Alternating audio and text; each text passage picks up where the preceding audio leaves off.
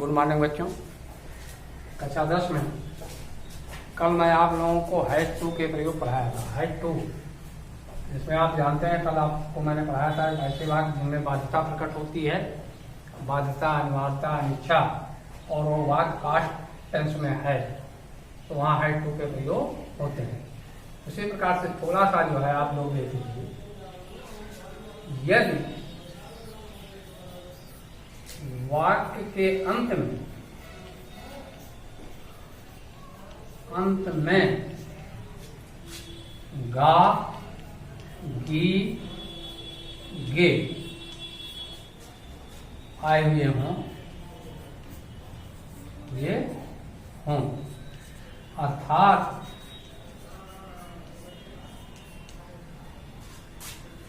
वह वाक्य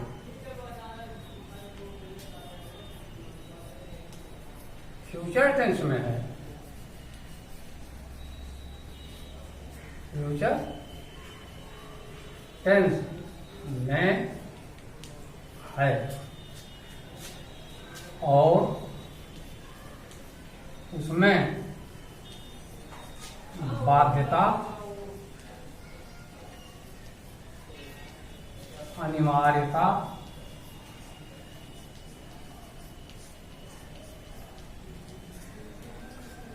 अनिच्छा,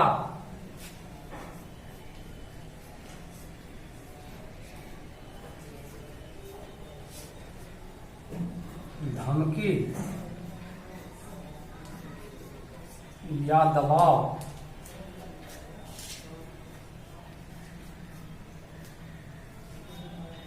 आदि प्रकट होते हैं। प्रकट होते हैं तो अनुवाद निम्न नियम के अनुसार होते हैं।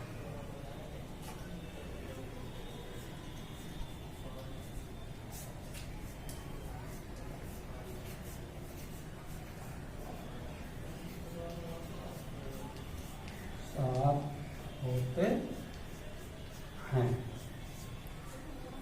इसका नियम देखिए,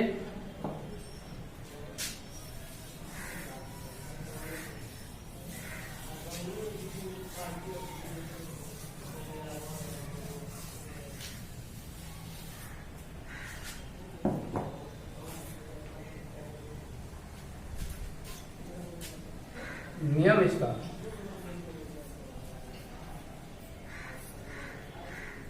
सबसे पहले सब्जेक्ट,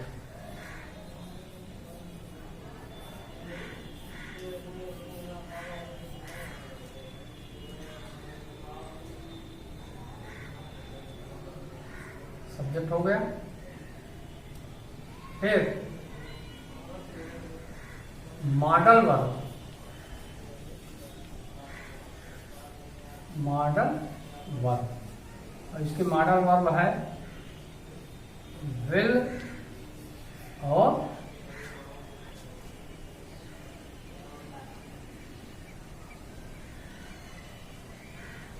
ये, चूंकि ये ऐसी है मॉडल वर्ब में विल हैव और शैल हैव।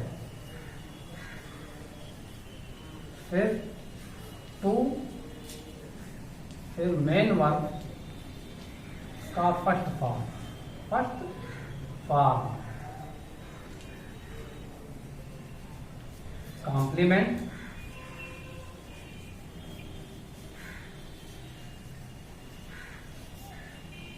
और अंत में फुल स्टॉप, ये लिखेंगे। हाँ, यहाँ ये आप लोग ध्यान देंगे, सब्जेक्ट सेकेंड पर्सन और थर्ड पर्सन, सेकेंड पर्सन और थर्ड पर्सन, कर्ता के साथ विल का प्रयोग, और फर्स्ट पर्सन,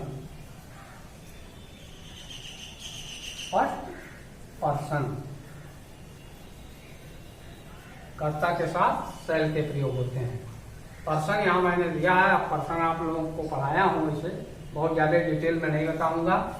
देखिए फर्स्ट पर्सन का कर्ता है आई और वी, सेकेंड पर्सन का करता है यू, और थर्ड पर्सन का करता है ही, शी, इट, दे तथा सभी नाउन्स।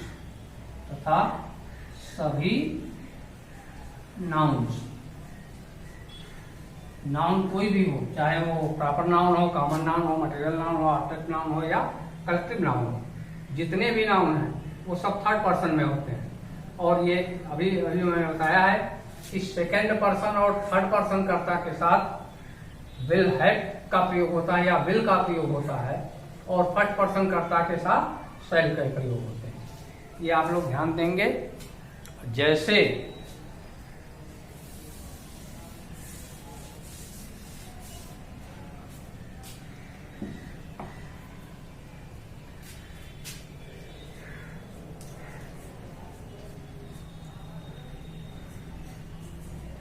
उसे फूल तोड़ना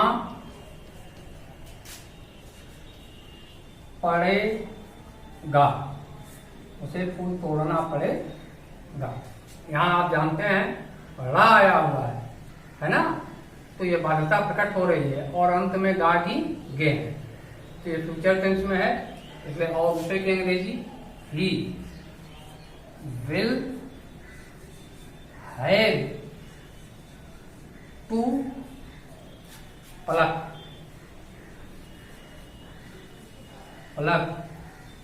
to the flower, FLOWER, और अंत में फुल स्टॉप। जैसे दूसरा उदाहरण देखिए,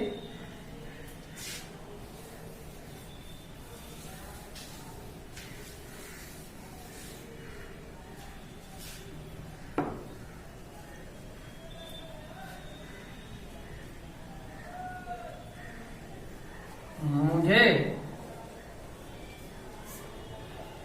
कल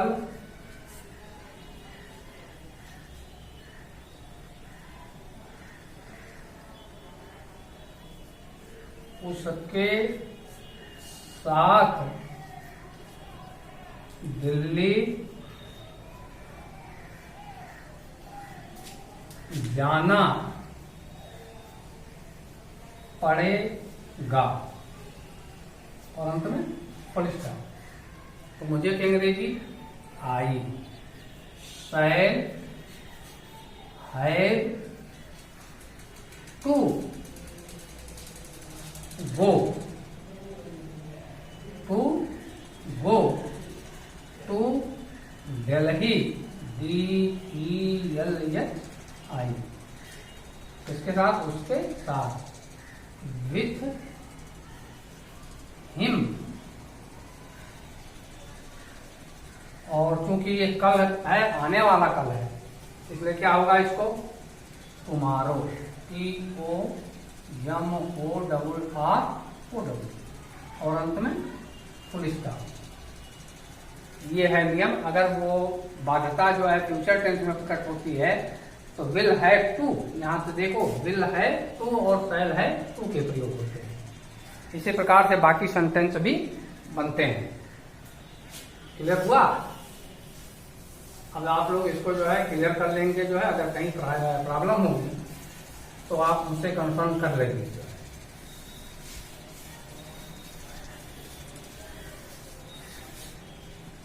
अब मैं आप लोगों को, चूंकि आप देखो टू बी के प्रयोग अभी तक आप लोगों को मैं इतना पढ़ा चुका, टू बी के प्रयोग पढ़ा दिया, हैव के प्रयोग पढ़ाया, हैव के प्रयोग, और इसके साथ साथ मैं इन दोनों के साथ इन्फिनेटिव के भी प्रयोग पढ़ा चुका हूं। इन्फिनेटिव और इसके साथ साथ जो है बाध्यता भी पढ़ा चुका हूं। इसका मतलब ये हुआ कि अब ये प्रेजेंट टेंस और पास्ट टेंस जो है, चाहे वो टू बी के प्रयोग में हो या हैव के प्रयोग में हो, ये कंप्लीट हो गया है। अब आप आ जाइए टेंस पर।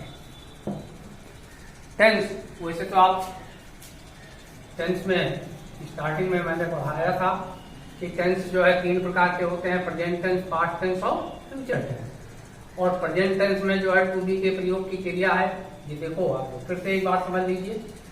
टेंस ये 3 प्रकार के, पहला है प्रेजेंट टेंस, प्रेजेंट टेंस, और दूसरा है पास्ट टेंस,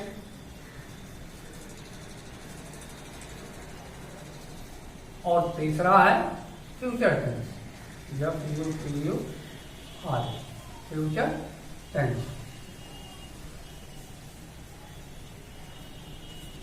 और ये देखो प्रेजेंट टेंस और पास्ट टेंस, इसमें मैं जो है आप लोगों को पढ़ा चुका हूँ, टू बी की क्रिया के साथ और है की क्रिया के साथ। बात समझ में आई? और इसके साथ आप उसमें इंप्लिसिट के प्रयोग, बाध्यता जो भी है। लेकिन अब यहाँ देखिए प्रेजेंट टेंस। प्रेजेंट टेंस जो है इसकी पहचान मैंने बताया है कि हिंदी वाक्य के अंत में हाँ, हूँ, है आता तो वाक्य किसमें है? Present tense. और प्रेजेंट टेंस के भी अब 4 भाग हो गए। कितना? प्रेजेंट टेंस के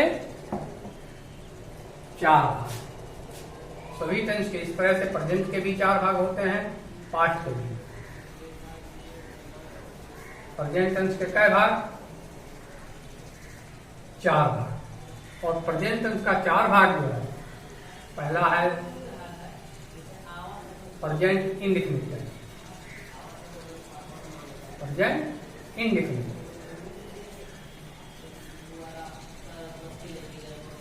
इंडेफिनिट टेंस। दूसरा है, अब इस पर डिटेल में नहीं जाऊंगा जो है, इसलिए कि क्योंकि क्लास 10 का है और डिटेल में जाऊंगा तो फिर बड़ा मुश्किल हो जाएगा। अब इसमें आप जो है प्रेजेंट इंडेफिनिट टेंस पहला देखो। पहला है इंडेफिनिट, दूसरा है कंटिन्यूअस, तीसरा परफेक्ट है और चौथा परफेक्ट कंटिन्यूअस, और उसके साथ प्रेजेंट जोड़ते रहिएगा आगे। पहला क्या है?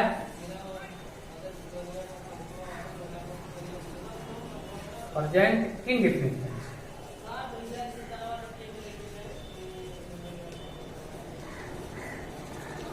इंडेफिनिट टेंस, और इसकी पहचान है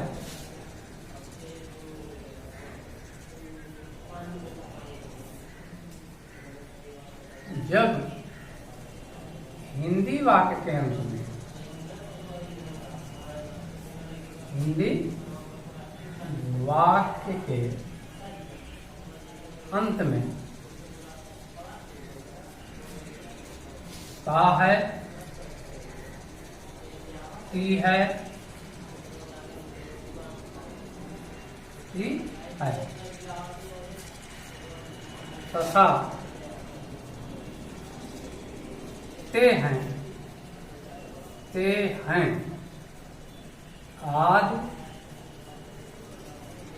आते हैं,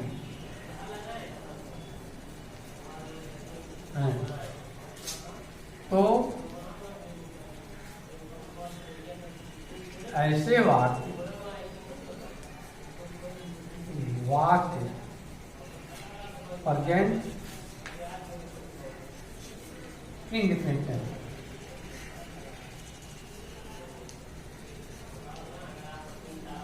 इंडेफिनिट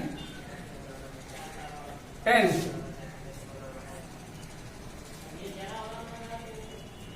में होते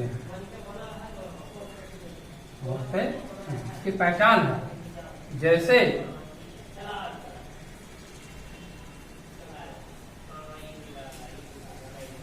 वह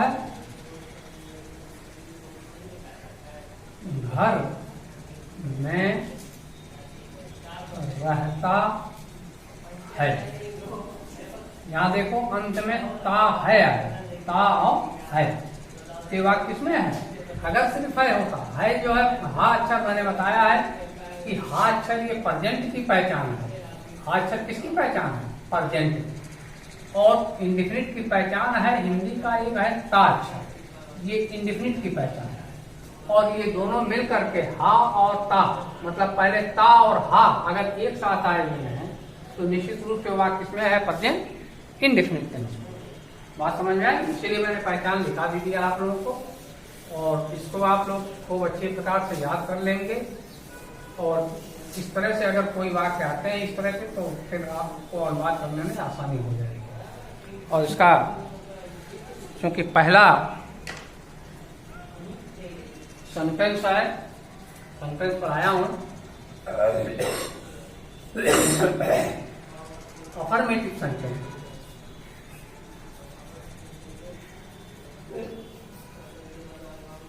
अफर्मेटिव सेंटेंस साधारण वाक्य। और अफर्मेटिव सेंटेंस किसे कहते हैं? अफर्मेटिव सेंटेंस ऐसे वाक्य जिनमें ना तो प्रश्न पूछने का कार्य हो और ना ही मना करने का, तो उसे हम क्या कहते हैं? Affirmative sentence. इसके पहले आप जानते हैं असर्टिव सेंटेंस है। असर्टिव के दो भाग हैं, अफर्मेटिव और निगेटिव सेंटेंस। तो उसी असर्टिव में ही अफर्मेटिव है। तो अफर्मेटिव सेंटेंस, इसका अनुवाद के नियम है।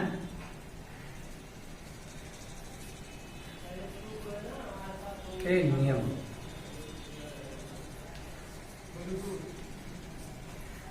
सबसे पहले सब्जेक्ट,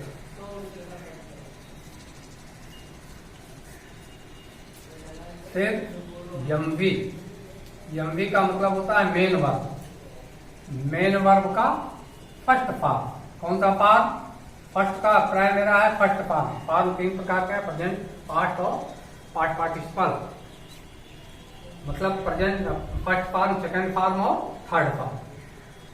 तो फर्स्ट फॉर्म, और यहाँ फर्स्ट फॉर्म में आप जानिए कि अगर सब्जेक्ट सिंगुलर नंबर में है, इसमें है सिंगुलर नंबर में है, तो मेन वर्ब के फर्स्ट फॉर्म में यस या ईएस जोड़ देंगे। और ये क्यों जोड़ा जाता है ये भी सुन लीजिए आप। क्योंकि इंग्लिश में आप जानते हैं कि सभी क्रियाएं, जितनी भी वर्ब्स हैं, वो प्लूरल नंबर में होती है। कोई भी वर्ब इंग्लिश की कभी भी सिंगुलर नंबर में नहीं होती है।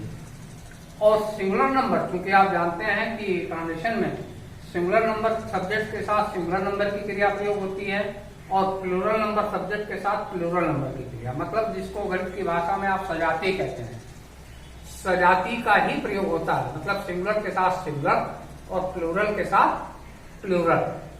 ऐसा कतई नहीं होता है कि सिंगुलर के साथ आप प्लूरल नंबर की क्रिया प्रयोग करो या प्लूरल सब्जेक्ट के साथ जो है सिंगुलर नंबर की क्रिया। ऐसा नहीं होता है। अगर सब्जेक्ट सिंगुलर नंबर में है और वो वाक्य जो है प्रेजेंट इंडेफिनिट टेंस में है, तो मेन वर्ब के फर्स्ट फॉर्म में यस या ईएस जोड़ देते हैं। क्रिया को सिंगुलर नंबर बनाने के लिए उसमें यस या ईएस जोड़ देते हैं। और ये जुड़ेगा कैसे, ये भी जान लीजिए कि जब किसी भी वर्ब का पहला अक्षर, किसी भी वर्ब का क्या है पहला अक्षर, अगर ये कॉन्सोनेंट है तो उसमें यस जुटेगा, और अगर वावेल है तो उसमें ईएस जुटेगा। जैसे गो, गो में ये स्टार्टिंग का पहला अक्षर है, अंतिम अक्षर गो है, इसका अंतिम अक्षर क्या है ओ, इसमें क्या जुटेगा ईएस। ये बराबर क्या हो जाएगा गोज। ये जान लीजिए ये कैसे जुटेगा। इसका अगर अंतिम अक्षर जो है कॉन्सोनेंट है, अंतिम अक्षर क्या है कॉन्सोनेंट, तो उसमें यस जुटेगा। और यदि उस वर्ब का अंतिम अक्षर वावेल है तो उसमें ईएस जुटेगा। लेकिन उस वावेल में भी अगर वो वावेल ई है तो उसमें केवल यस जुटेगा। ये भी जान लीजिए। तो ये इस तरह से जोड़ करके सिंगुलर नंबर, प्लूरल नंबर को सिंगुलर नंबर में बनाए जाते हैं वर्ब्स को। फिर ऑब्जेक्ट, OBJECT, ऑब्जेक्ट मीन्स कर्म, तथा अंत में फुल स्टॉप, फुल स्टॉप। और ये फुल स्टॉप का चिन्ह है, ये चिन्ह लगेगा। जैसे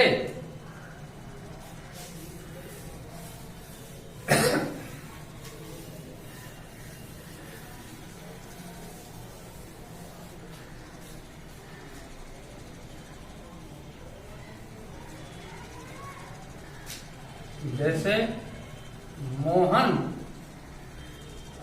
बाग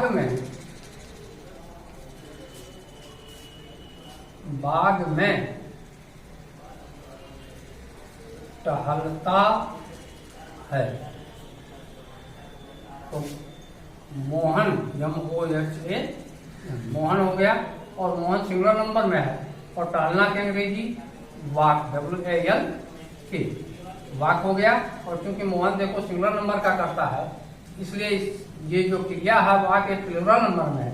इसको सिंगुलर नंबर बनाने के लिए क्या करेंगे, SIS जोड़ेंगे, और इस क्रिया का अंतिम अक्षर के है, कॉन्सोनेंट है, इसलिए इसमें क्या जुटेगा, yes. Mohan walks in the garden,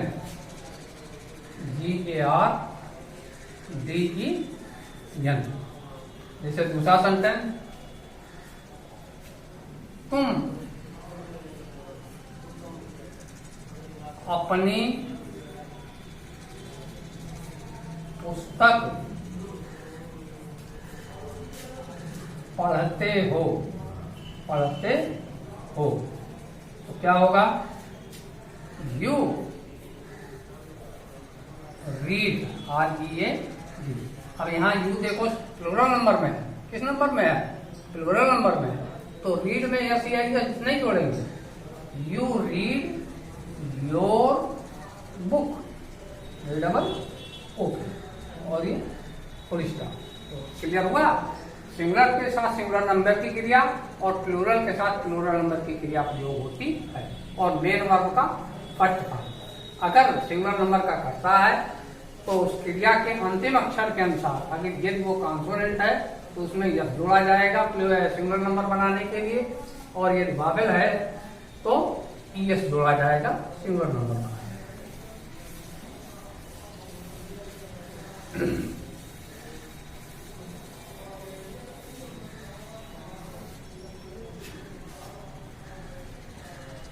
और क्योंकि